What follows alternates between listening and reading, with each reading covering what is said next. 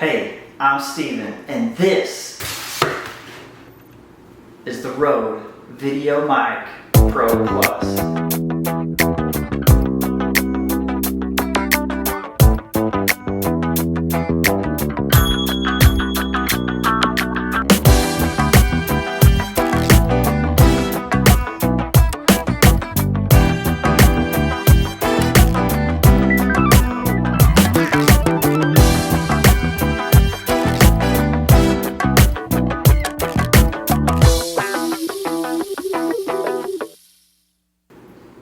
Now this is the camera audio without the microphone, and this is the camera audio with the microphone.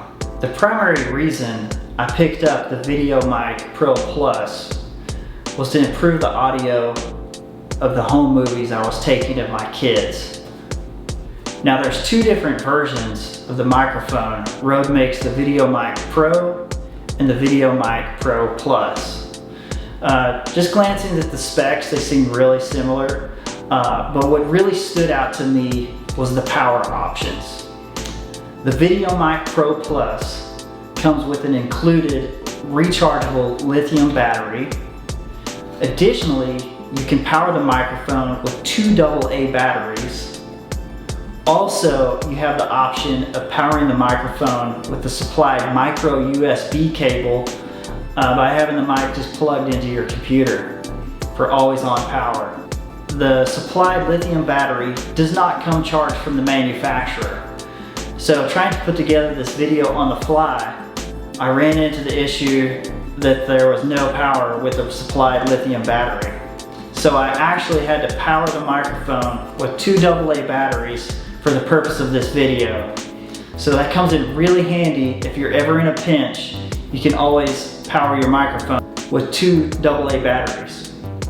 A couple of things that impressed me about the microphone right out of the box was that it felt very light in the hands and did not add additional weight to the camera.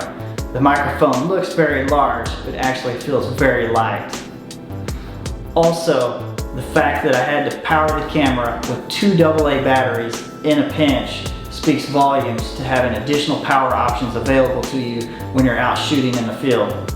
I purchased the Rode VideoMic Pro Plus in a kit from B&H Photo.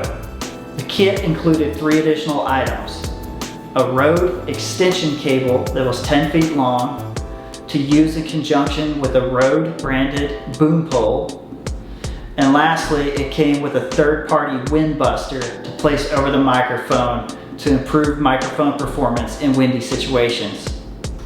One of the things that gives me a little bit of pause about the microphone is the actual suspension system upon which the microphone sets. When you feel the suspension system that supports the microphone does feel a little bit plasticky, and it almost feels like, you know, one good impact to the suspension system and you might break the plastic.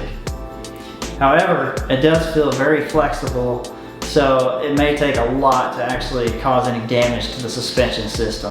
Now keep in mind, the audio that you're seeing in the video right now is being recorded with the Rode VideoMic Pro Plus microphone.